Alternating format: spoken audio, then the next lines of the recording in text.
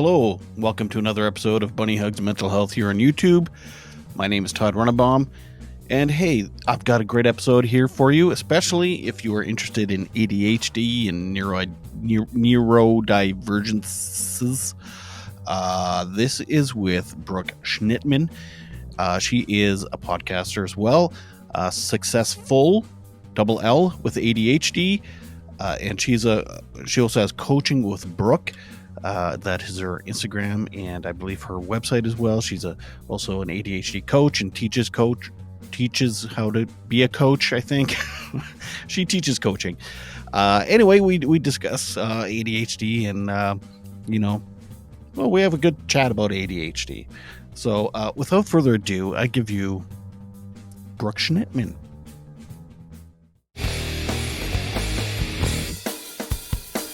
I spoke with Kristen Carter a little while ago. She was I think you obviously know her. She's also a very popular ADHD podcaster. And she explained the other day on a podcast that she doesn't think ADHD is a superpower. I kind of agreed to that because I was diagnosed late in life. So I don't know if that's why. So because I struggled with a lot of anxiety, depression, suicide attempt, addiction, yada, yada, yada. Yeah. Sorry, I just watched Seinfeld the other day too. Yada yada yada. I watch it every day. Yeah. So I'm curious what your take is on that. Yeah, listen, ADHD is complex and there's different spectrums of ADHD, right? There's mild, moderate, severe. And if it's unmanaged and it's severe, it can definitely be hard to deal with. And it can come with other disorders, like you said, anxiety, depression. And there are a lot of negatives that can be associated with it. But when it is managed and you do know how your brain works, there's amazing things that can come out of it as well. You know, some of the most brilliant entrepreneurs out there have ADHD. Albert Einstein, Thomas Edison, Michael Jordan, Whoopi Goldberg. I can go on and on. We just need to know how to harness it. And it can be challenging to do that. But I do believe that if you manage your ADHD, it can be a superpower. So Albert Einstein was diagnosed with ADHD? Suspected ADHD and autism. Okay. Yeah, they didn't know at the time, but his tendencies have been diagnosed as suspected. I wonder how he managed suspecting that he did have it. Like if he... It sounds like he hyper-focused. Yeah, I suppose. And I recently listened or saw a documentary on Thomas Edison, and he also very ADHD-like risked everything for his invention, right? Said it was ready and it wasn't ready. And there was investors, and he got lucky because when it needed to be ready, it actually was ready. And we all know who Thomas Edison is, but he wasn't invented afraid. The Tesla. Yeah, okay. Thomas Edison? No, okay. Sorry. I should warn you, I'm a smart ass, which apparently is a symptom. But listen, I wouldn't be surprised if Elon Musk had ADHD. I know he has autism, but I don't know about ADHD. Anyway, Thomas Edison, right. He had risky behaviors. He said that his invention was ready. It wasn't. And then when it was time, it actually was ready. So he got lucky with that. And we all have heard of him before. So yes, there's a lot of successful people. I think with ADHD, we can hyper-focus on something that we're passionate about and be the best in that thing, right? Whether it be an inventor, whether it be an artist, whether it be an entrepreneur. And that can be a superpower. And at the same time, it can also grab you away from other things that are going on in your life as well. So if you have other priorities, if you have a family, if you have friends and you want balance, it's very hard to have that balance if you're so hyper focused and spending all of your time on the fixation that you have. Mm-hmm.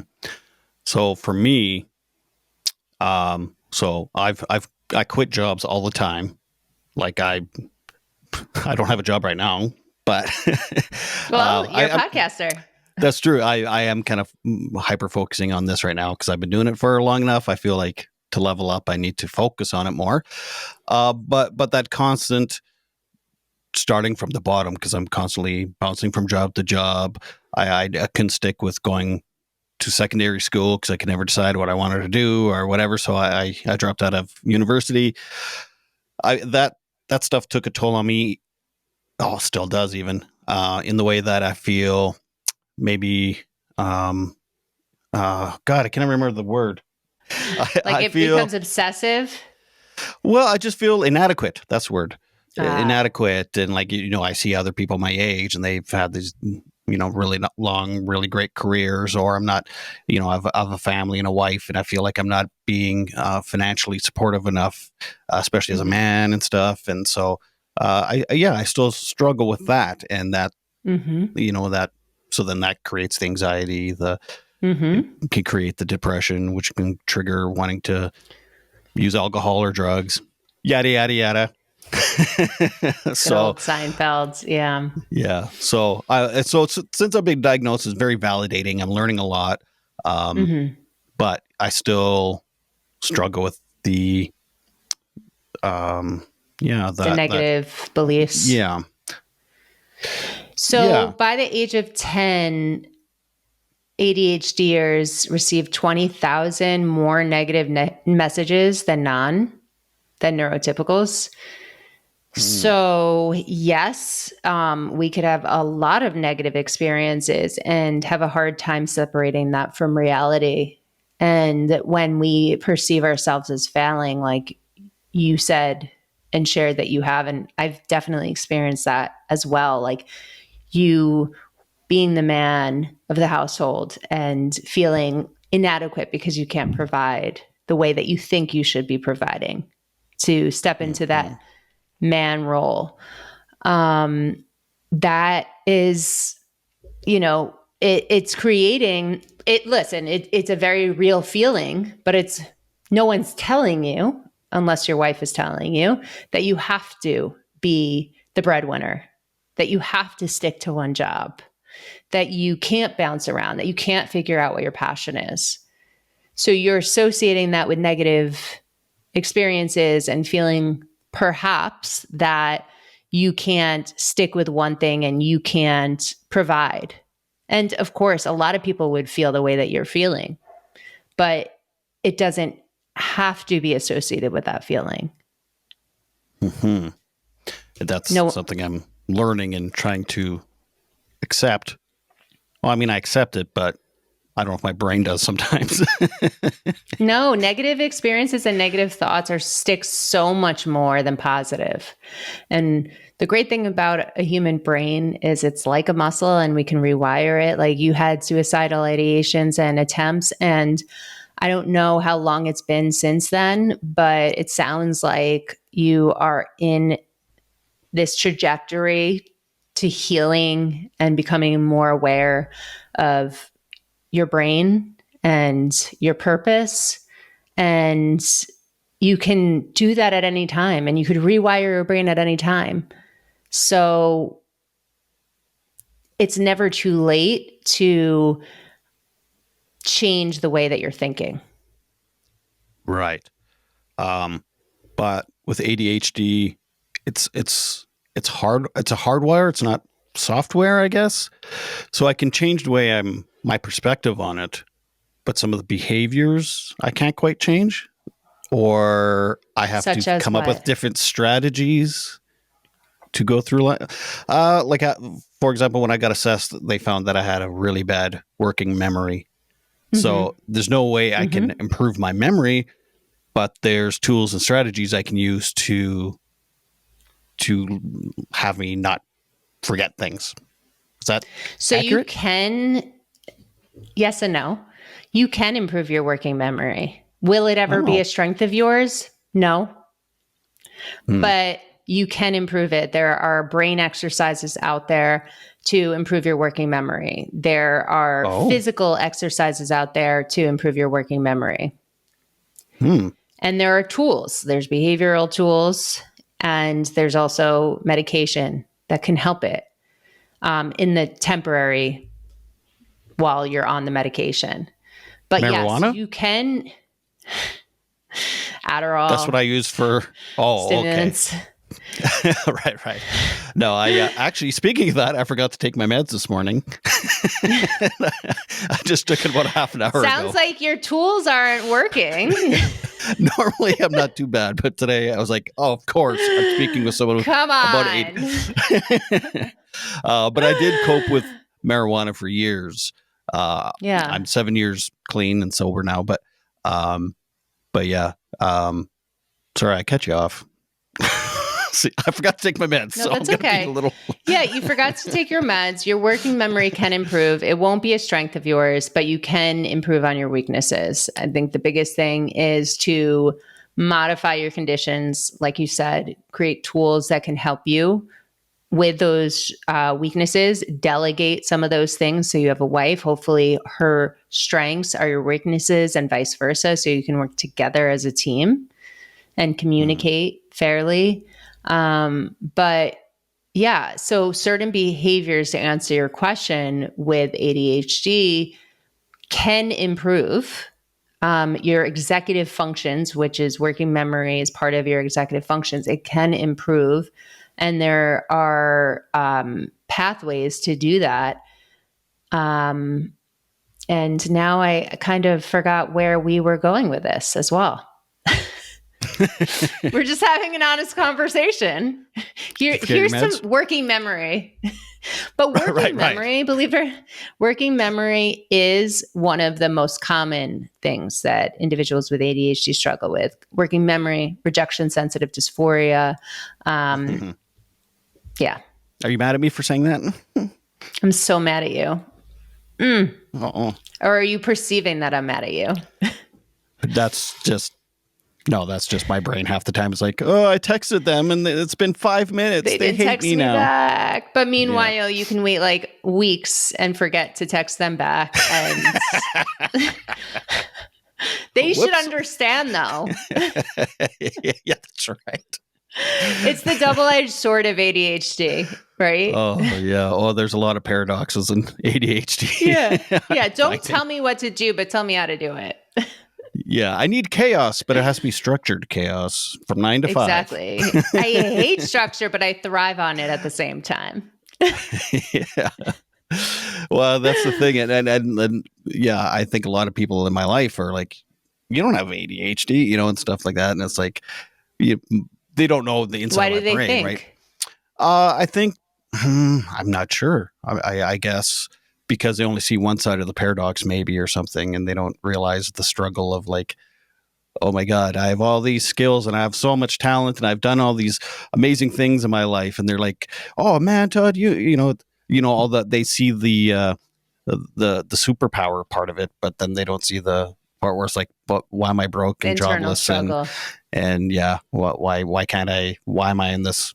Well, I just learned to the paralysis part of it too. It's like, anyway, it seems like I'm doing lots of stuff, but yet I beat myself up because I'm just sitting there scrolling on my phone for 3 hours going, hating myself because I can't get up and do the thing that I want to do and stuff like that. So yeah. So it's that initiation piece, which is another thing, the inhibition to be able to get the activation to get started on something is very difficult with ADHD, especially when you are in paralysis mode. If you're sitting down, right, scrolling, it's very hard to stop what you're doing and do the thing, especially if the thing is mundane, or especially if the thing is something that you don't want to do. It's going to be hard, or it's overwhelming and you don't know where to start. All of those things can stop you from getting started. Mm-hmm. So now I'm struggling with my 17-year-old son, who I am 110% convinced that he also has ADHD. Mostly because he's relating to all the things I've been talking about for the last year, and I'm seeing it genetic in him now. Yeah. And so it's hard not to fall. It's hard to be in that sympathetic role and supportive, but also the father role where it's like, I just want to be like, oh, it's fine. Just get up and do it, buddy. I know what you're going through. Just do it. And it's like, then I feel like I'm contradicting myself. There's that paradox again, I think. Right. So it's interesting. I just recorded a podcast episode about this similarity of what you're talking about. And as a neurodivergent, having a child who's neurodivergent, it is so much harder because you have to manage yourself first to be able to manage them. And you have to be proactive in planning out things so that you can create structure with your child. But if you're having a hard time doing that yourself, how can you do it in a non-reactive way with your child? And let's face it, having ADHD, as you mentioned, it can be hard. So having a child who is similar to you, not only is it hard because it's difficult for them to manage, so then you have to manage them, but it's also just, it's not easy. And it comes with all of those social pieces, emotional pieces that you have to deal extra hard with too. And you want to get out the door and your 17-year-old's not ready, and maybe you haven't taken your meds that day, or you didn't get a good night's sleep, or you haven't figured out your morning routine, and you're like, come on, we're late. But like, he has no concept of time either. And now you're battling yourself and you're battling him. Right. Yeah. It's more, I see him beating himself up, doing that initiating thing. Like, he'll be like, oh, I've got so much homework to do, and oh, why can't I do it? And plus I think ADHD aside, I think we both also have just anxiety issues in general. So it's like, how do I motivate him? How do I keep him emotionally regulated? Because he'll just like on a whim just get like overwhelmed and then he'll start crying and won't eat and stuff. And so it's like, and then it's like, okay, what do I say? So, what would have worked for me? And it's hard. It's hard. And a lot of the outbursts that he's experiencing can be learned behaviors. So how do you undo those behaviors at 17? He didn't learn it from me. Nope, it's not you at all. It's the dog. So yeah, it's harder when they're teenagers, but it doesn't mean that they can't relearn positive habits and slowly decrease negative habits, just like you, right? How do you give them the motivation? You can't. The kid has to be motivated, but you have to find out what motivates him and then meet him where he's at.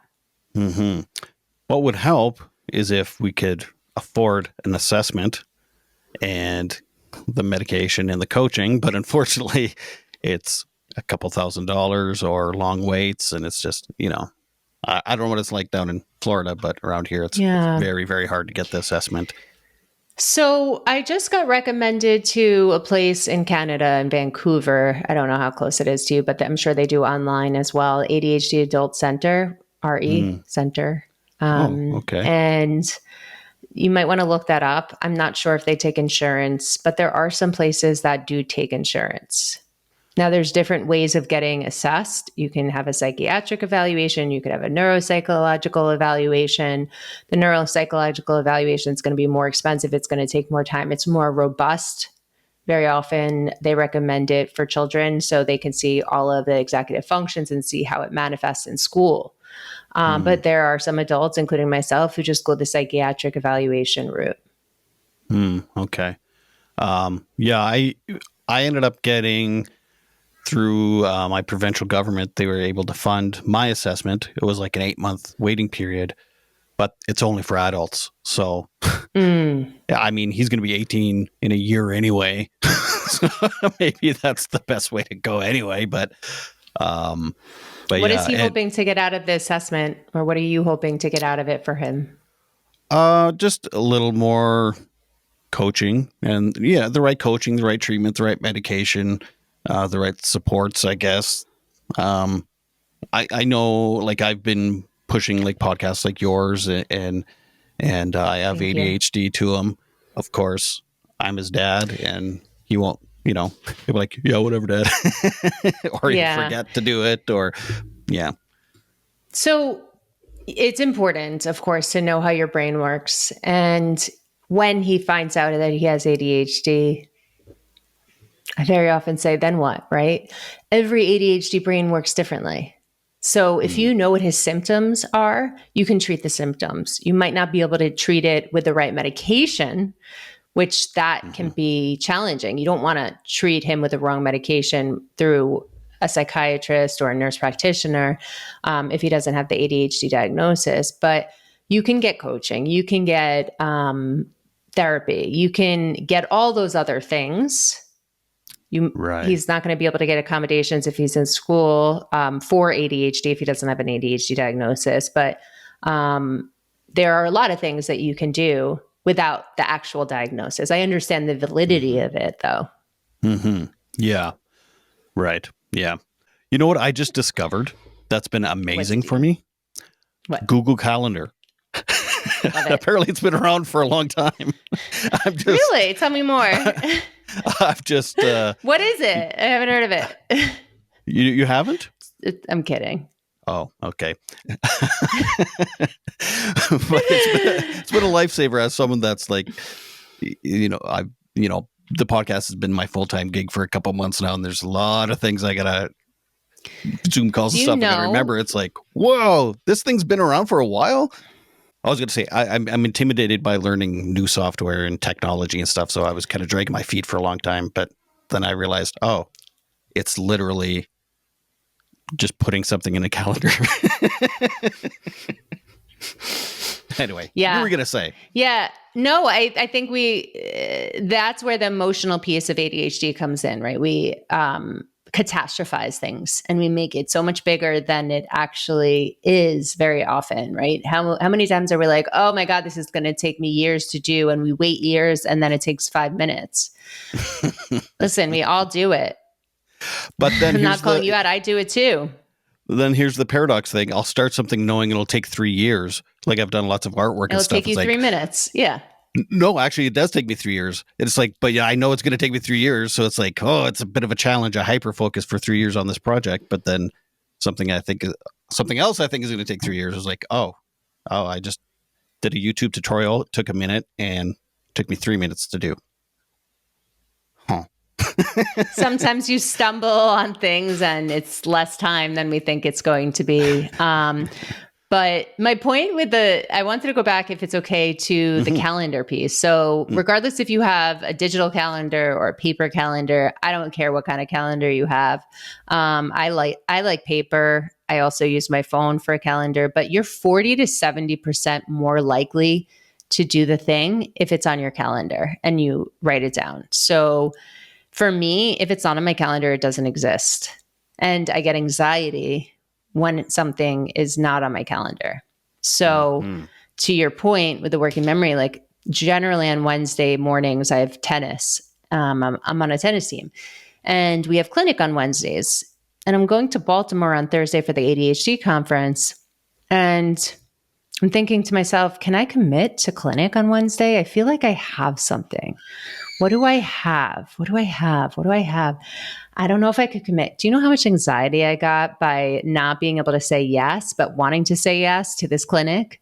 And then finally, after hours of just shutting off and letting my emotions calm down, it came to me. I'm like, oh, I have a group starting tomorrow.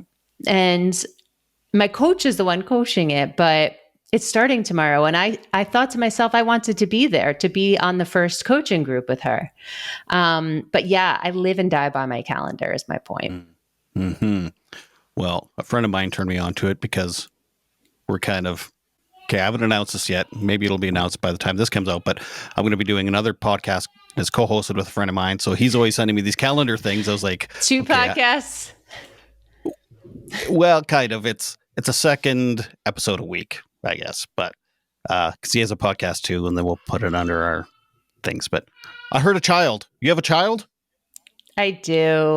You hear her? She's downstairs and she's loud and she's 21 months and proud.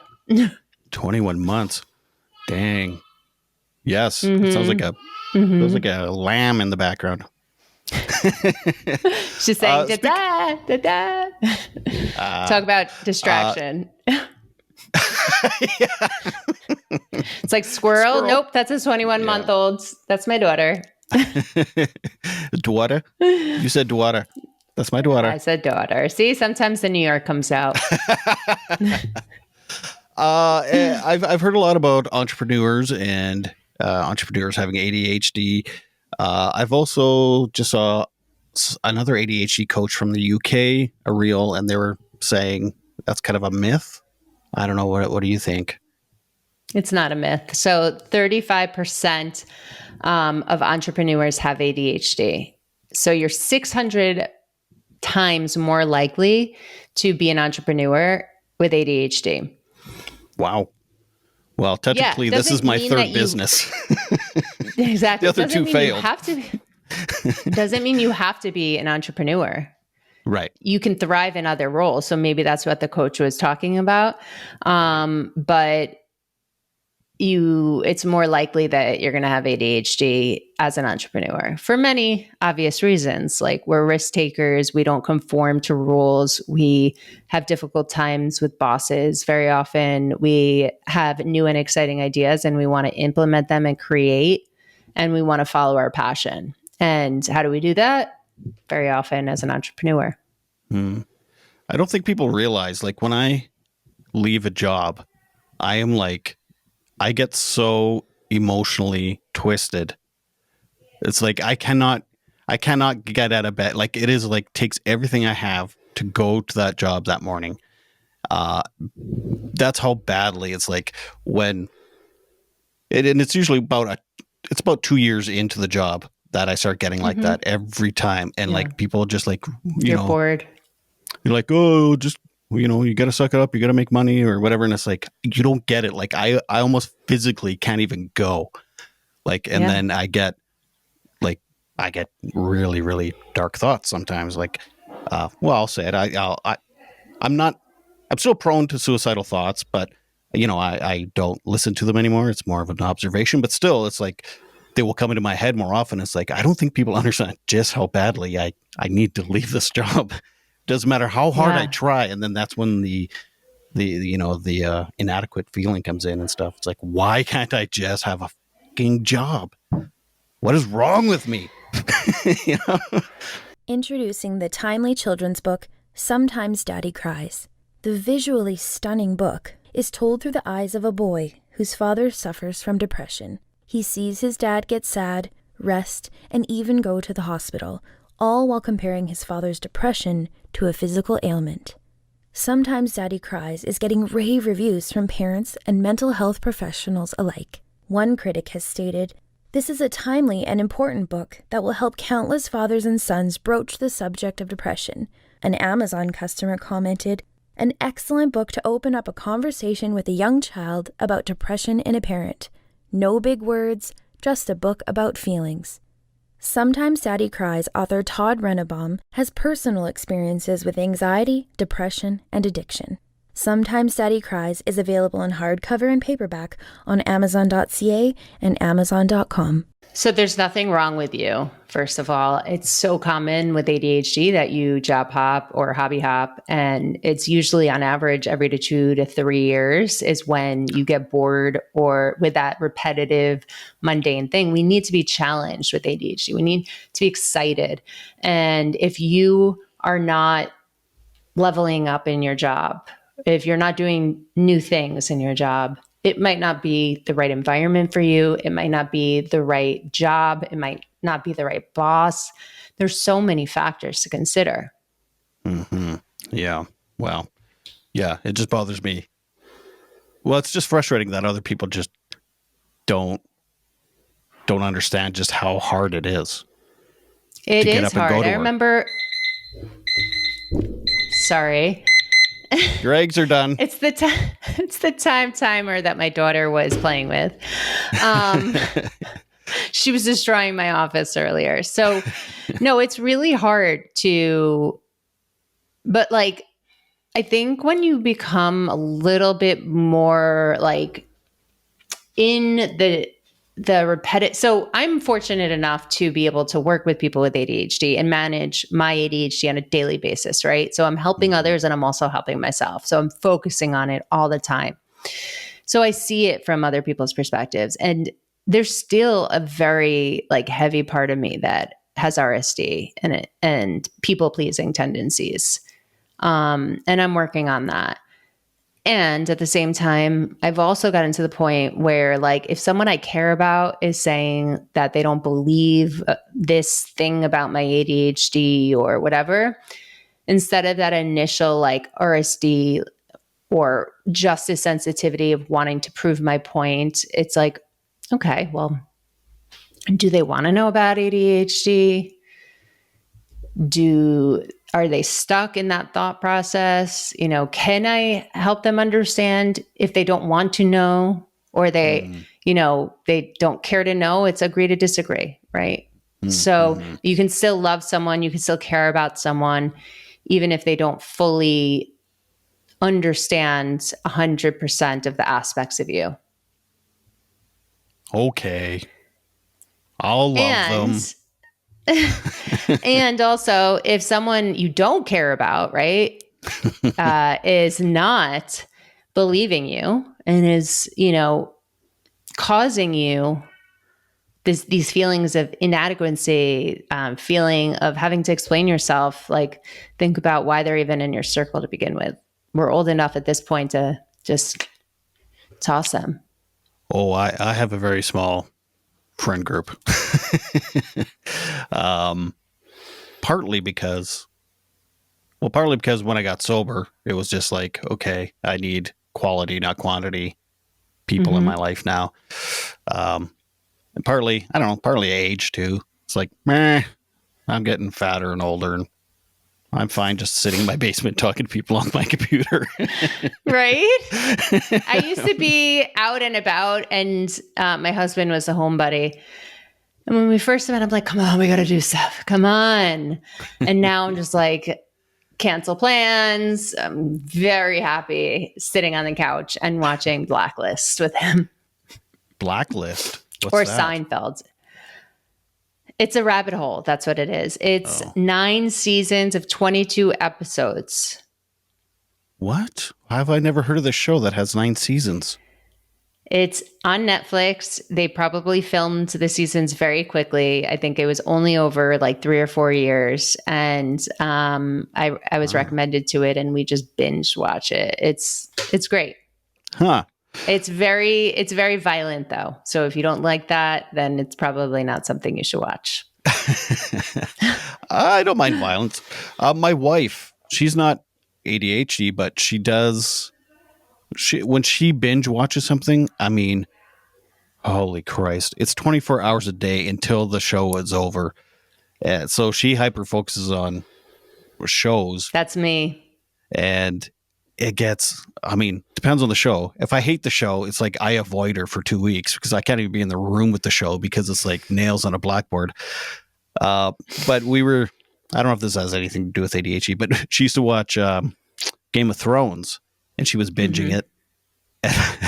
It was like, I loved it. I was like, this is great. But like after 6 hours of people's heads being cut off and stuff, I was like, can we watch something else, please? Exactly. Speaking of mothers. But you know, oh, sorry. Go ahead. No. You. No, I was just going to say that when we watch TV as ADHDers, right, we can also get understimulated from the TV, believe it or not. So if the show is not as, I mean, Game of Thrones is, although I didn't really like it, but I don't think I gave it a chance. You can get understimulated by the show. And that's why we get on our phones and we do all these other things because we just can't sit still and we're not getting enough stimulation from it. So maybe that was the case in your situation. I don't know. Some of it. I'll actually find shows that I find entertaining-ish so that I can do something else. Yeah. You know what I So mean? it's Like, not your, yep. Yeah. So it's a secondary focus while you're doing something else. yeah, while I'm playing a game on my phone or editing or whatever. But yeah. Yeah. So it's just background noise for you. Yeah, and I can look around and go, and then I ask my wife, who was that guy again? She'll tell me. I'll be like, okay, I'm all caught up. Yeah, that's what my husband does. I'm like, aren't we watching the same show? Like, why do I have to keep replaying for you? What's happening? Speaking of mothers, so I have well, I'm pretty sure my sister has ADHD. Her husband and her kids have it. I'm again positive she has it. I have another female friend, and they're both mothers. Both their daughters have been diagnosed with ADHD, and their dynamics are bananas. It's almost like two teenage girls like arguing with each other at times, and it's like, but you're the mother and the daughter, and I can see that it's like their ADHD are clashing or something. Is that a common thing? Well, think about you and your son, right? So you both have ADHD and you get annoyed that you can't help him because with women and ADHD, like watching them and watching my son and I, it's more like, I don't know. They get scrappier. Maybe their ADHD is manifesting differently as women than it is in the two of you as men. But it's challenging, especially for a parent who sees themselves in the kid. That could be so annoying, right? For yourself as a parent, when you see your weaknesses in your child, because all you want to do is fix them, right? You don't want them to experience your weaknesses, but it's coming out. So it's resurfacing for yourself, like they're a mirror of you almost, right? It's like, oof, show me those weaknesses again. And then you can't manage yourself and you're having a hard time managing them. So it can be challenging to see, to be reminded of the qualities of yourself that you want to improve and you're having a hard time improving. Yeah, I feel more helpless at times, and it's just like, oh, I just want to help him, you know what I mean? And that's why so many people have executive function coaches for their kids, because we want to take the emotion out of it. You want to have that healthy relationship as parent and child. And when you're battling all the time, it becomes toxic. Right. And with with my sister and my female friend and their daughters, it does seem more battling, but again, that's emotions involved again. Whereas with my son and I, it's more like empathy, and it's like almost guilt. Even on my side, it's like, I feel bad that I've donated this genetic to you. And it's like, so it's, yeah. But yeah, different dynamics. It's tricky. It's different dynamics. Women have empathy too, sometimes too much, like a lot of empathy for their kids. But of course, I think men are from Mars, women are from Venus. We're just different species. We express emotions differently very often. Yeah, actually, the female friend, she was my last boss. And I noticed quite often our ADHDs clashed, and that's part of the reason why I had to leave, because it was weird. It was like, because there are different types of ADHD, and I need structure, I need excitement and structure, but she was the kind that she would wait 5 minutes before something needed to be done, and like cram it through. And she always got it done, but barely. And I'd be like building anxiety all week, like, oh my God, we have a deadline here. What the fuck? So then I would get frustrated, and then she'd get frustrated with me getting frustrated, and then be like, I need the structure. I need this stuff. Styles. Yeah. And it was funny because we were both diagnosed around the same time. So we were like, hey, we're going to be ADHD buddies. But it was like, the more I understood, it was like, no, this is actually not great. Well, that's the thing. So I've had as a previous special education teacher and administrator, I've worked with a lot of bosses who have ADHD, and their ADHD is manifested differently for them. And I had undiagnosed ADHD at the time. So when you were saying you feel like failure because you don't want to go to work after 2 years of working in a job, that's where I challenge you again to look at your environment, and maybe you're not compatible with your boss. And that's okay. Maybe it's too big of an environment, or the conditions aren't right. Or maybe the job itself is not exactly stimulating enough. So you can't tell Sorry, I was going to say, but socially, we have a blast together. Like our ADHDs thrive. Sure. It's like, we're having a good time. And then we try Sure. working together, just like we're going to kill each other. butt heads. Yeah. So obviously it's not a good dynamic for both of you professionally, and you shouldn't feel bad about that, and she shouldn't feel bad about that. Like black and white thinking, right? Like you need to be prepared because of your anxiety so you don't miss a deadline. And since she waits 5 minutes until the deadline is up and then does the thing, that creates way too much anxiety for you to thrive in that work environment. Anywho, it's a lovely business, lovely people. I just can't work there. Fair enough. And that's okay. I think I've come to the conclusion I can't really work for anyone. Hence you wanting to be an entrepreneur. Yes.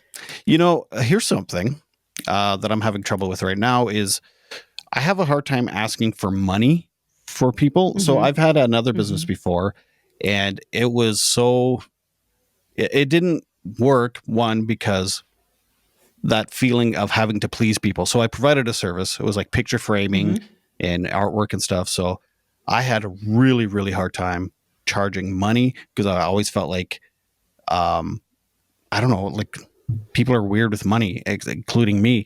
It's like, so then I wasn't asking enough money, and then I had anxiety for a week as I'm working on their thing. Are they going to like it? Are they going to like me? Are they going to be mad? Are they going to give me shit for?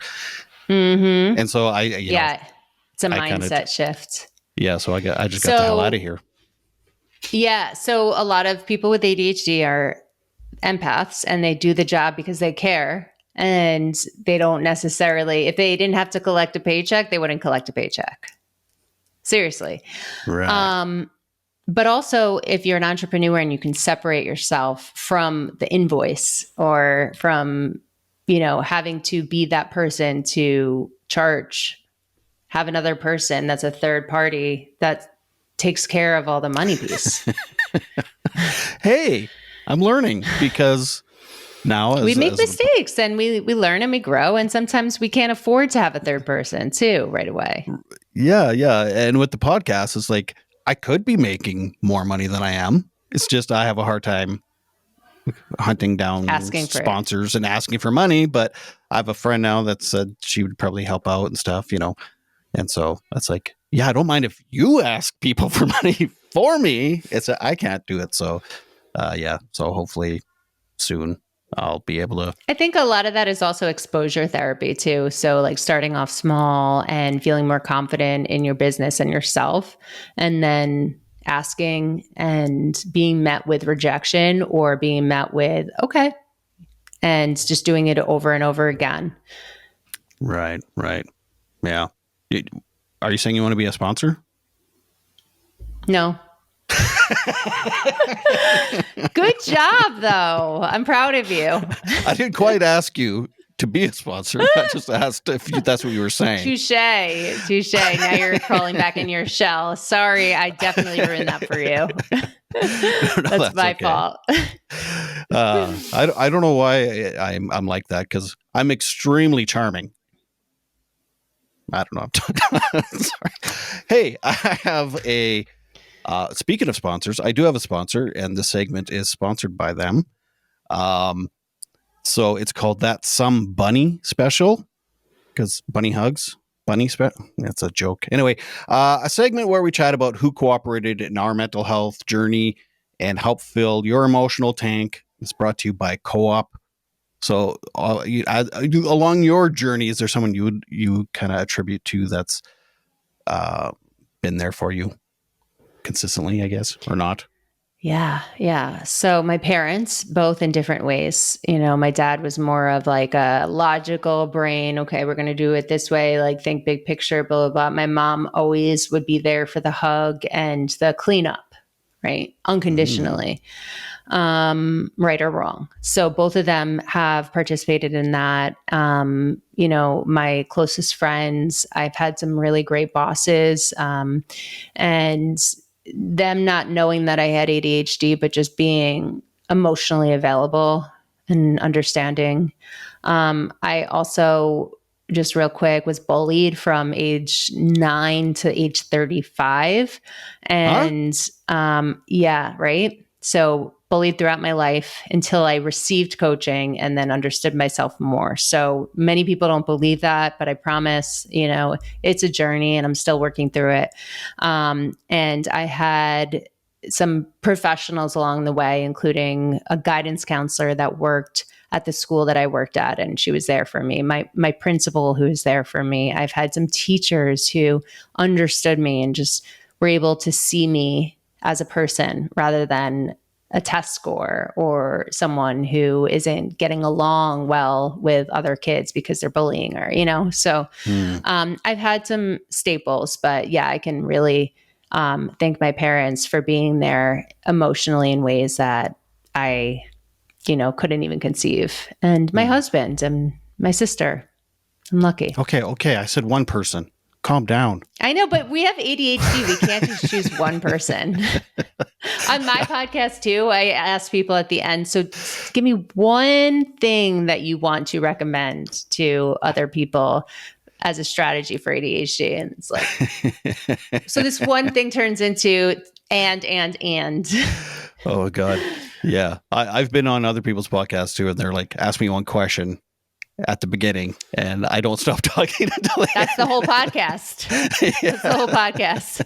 Know your audience, right? Yeah. I also find it hard to believe that you're older than 35. So. Oh, thank you. Yeah.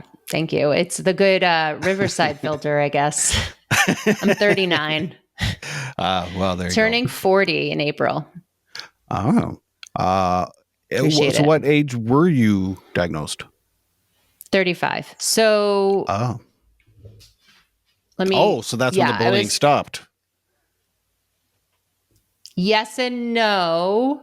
Okay. The bullying stopped when I received coaching, and then. So was it a mindset that changed, or was it the bullying that changed? Both. The bullying changed as a result of my mindset. So talking about people who don't understand you or don't make you feel good, I was able to create more boundaries. I was also able to understand and accept myself more. And I was able to understand my strengths and harness those. And I feel, literally 6 months after my diagnosis, I met my husband, and that's it. It was just, game over from there as far as like relationships and all of that. But yeah, I think it was the awareness piece and being able to execute things in like big things in a linear way over time through the coaching as well. So yeah, boundaries, execution, feeling successful. So you were diagnosed late in life and then became a coach. Is that a common thing, or is it more? No. Hear me out. I became a coach before I got diagnosed. Stop. Yep. Really? An ADHD coach before I knew I had ADHD. Did you suspect it? No. What? So we're going to have to book another hour. Yeah. Real quick. I'll give you the cliff notes, or I'll try. I graduated with my master's in students with disabilities. I did my undergrad in general education. I was a special education teacher working with ADHD and learning disabilities for 15 years, along with an assistant director of special education. I could identify who had ADHD as students, right? I couldn't diagnose, but I could identify and point out the symptoms. Did not know I had it. Fast forward, I moved to Florida to change my career. I knew I wanted to be an entrepreneur because the school system, there was just too much red tape and didn't know what I wanted to be. I knew it was in education, but I didn't know what. So I received coaching for a year.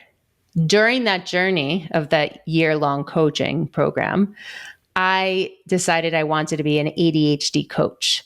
I received my certifications during that time, and I started coaching. I started working with students. I started working with adults. 6 months into it, that was then in the beginning of 2019, I started working on the computer with adults. And I realized that a lot of the symptoms that they had, I had too, where I would be able to focus on the coaching call, but then I couldn't do my notes and then come back to a coaching call. So that's shifting and sustaining attention was hard for me, and the working memory was hard. So all the pieces came together, and then I sought out a diagnosis from someone I know in the field, and it was combined type ADHD, moderate. Well, there you go. There you have it. Sometimes our paths just lead us to where we are. Someone's writing a script. Yeah. So it's not, it probably isn't, oh my God, what's the word I'm looking for? It wasn't, coincidence. Probably. It was like, correct. You could just relate. And so that you couldn't help but go in that direction. Absolutely. Someone told me that all special education teachers are special. And I really felt like that empathy towards my students, and I felt connected to them in a way that I didn't realize was because I was also dealing with that. Well, it's funny. For a long time, my dad used to say, man, your friend group, they're big characters. And that, now that I've been diagnosed with ADHD, and some of them have been and stuff, it's like, yeah, I think it's like we give off this weird vibe that we all just gravitate towards. And some of my one friend, I'm pretty sure you find your people. Yeah. My one friend, I'm pretty sure he's on the spectrum too. So, which is, it's a very common comorbidity, isn't it? ADHD and autism. 50 to 75% of people with autism also have ADHD. Damn. But not necessarily around. If you have ADHD, right? Correct. Right. Yeah. Was there anything I didn't ask or that you wanted to touch on? I know you have an entire podcast. I do. I have a business. I have a book. Right. Promote yourself. Coaching with Brooke is my company. We work with students, adults, and parents, 8 to 80. We've been in business since 2018. We have 8 coaches, different programs, one-on-one and group coaching. And our signature process, 3C Activation, I put into a book that just was released in October of this year, 2023, Activate Your ADHD Potential. And it's doing well. And the goal was to help thousands more individuals with ADHD learn all the tools and strategies from my program in this less expensive method, and really just gain awareness, gain consistency, gain confidence in their ADHD. And yes, I have a podcast, SuccessFULL with 2 L's with ADHD. I am also a public speaker and just a teacher at heart. And, our goal as a company is to impact over 10 million ADHDers over the next 5 years. Are you keeping track? You can find me trying. How many millions have you gotten so far? Over 1 million. Yeah. Okay. So at first it was 1 million, then we changed it to 10 million. You're like McDonald's. Yeah. Over exactly. 10 billion served. Served, right, exactly. But literally, if you need any help, you could always find me on social media. I think that's where you found me, at Coaching with Brooke with an E. And on my website, Coaching with Brooke, our newsletter weekly gives free tips. We do free webinars. We have lots of free tips on Instagram. And that's all I got to say for now. Cool. Be sure to subscribe and to like this video. You can listen on Apple Podcast and Spotify. This is Todd Rennebaum saying, make your beds and take your meds. Keep watching for more interviews with incredible people telling their stories of resilience and adversity with mental health and mental illness.